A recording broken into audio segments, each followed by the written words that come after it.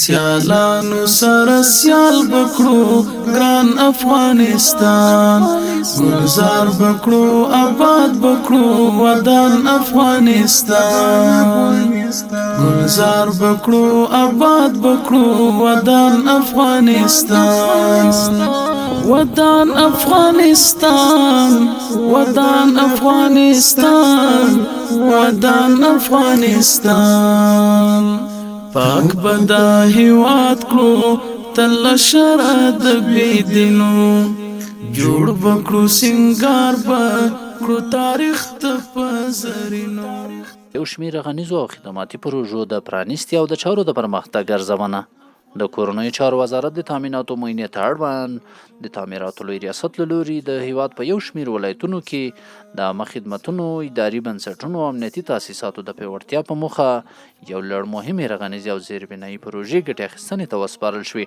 په همدې لړ کې د لوګر ولایت د خروار ولسوالۍ ودانۍ په رسمي توګه پرانیستل شوه.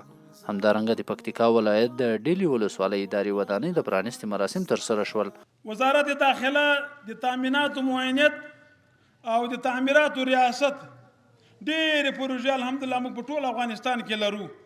د هغو پروژو نه دغه تاسې ډیلی ولسوالۍ پروژه وه، نن الحمدلله تکمیل شوه، ګټې اخیستو ته سپارل کېږي. په دغه ولسوالۍ کې د تاسیساتو کارونه خلاص شوي دي، ولسوالۍ تکمیل ده، ولسوالۍ جوړه ده. په دې ولسوالۍ کې اوس د تاسې د حفظ مراقبت موضوع شروع کېږي چې دې ولسوالۍ حفظ مراقبت وشي، دا ولسوالۍ وساتل شي، دا ولسوالۍ خرابه نه شي. په دې کې کوم جانب چې خرابېږي احیانا له وخت سره د هغې علاج وشي، نو دا تعمیر به تیر سالم پاتې. نو تاسې ته دی بلکې د ټول پکتیکا خلکو، ټول افغانستان خلکو ته مبارکي. دا تقریبا داسې یو بله په 3 پوړه کې جوړه شوې ده، 3 منزل او بادي لري. په هر منزل کې 6 او تر 8 تر 10 تر 12 پورې 11 پورې وتاکونه لري.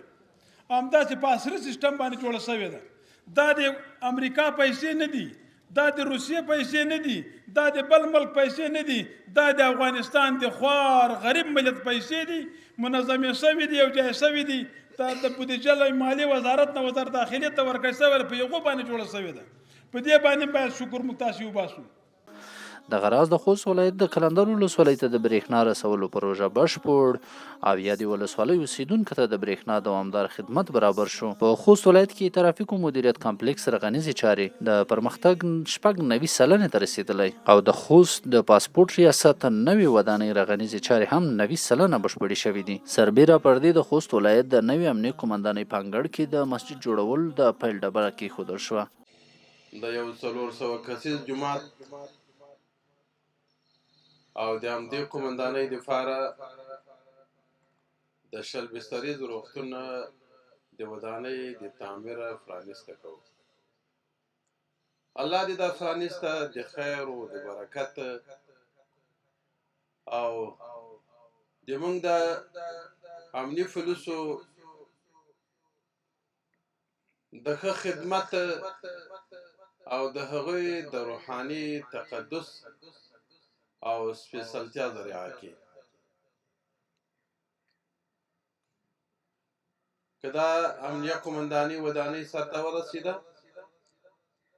او تر څنګ یې موږ یو ښکلی جومات ولرو، د الله د عبادت مرکز ولرو، نو له یو خوانه به د موږ دا امنیتي ځواکونه د خلکو په خدمت او د خلکو د امنیت په راوستلو کې خپله هڅه او هاند کوي، او له بلې خوا به الله جل مجدوه ته په بهترینه فضا او بهترین ماحول کې خپل عبادت سرته رسوي. او موږ کوشش کوو چې انشاءالله نور به هم کوشش کوو چې په مختلفو بخشونو په مختلفو سکتورونو کې له مرکز څخه پروژې راولو.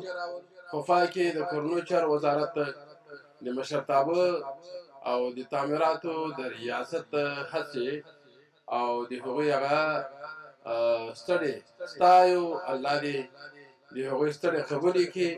چې موخه یې د پولیسو د منصوبینو لپاره د عبادت معیاري چاپیریال رامنځته کول دي. د یادو پروژو د پرانیستو په مراسمو کې د چارو د ارزونې او د بنسټیزو رغنیزو فعالیتونو مشري د تعمیراتو لوی ریاست نظامي مرستیال مولوي شیر احمد روحاني وکړه.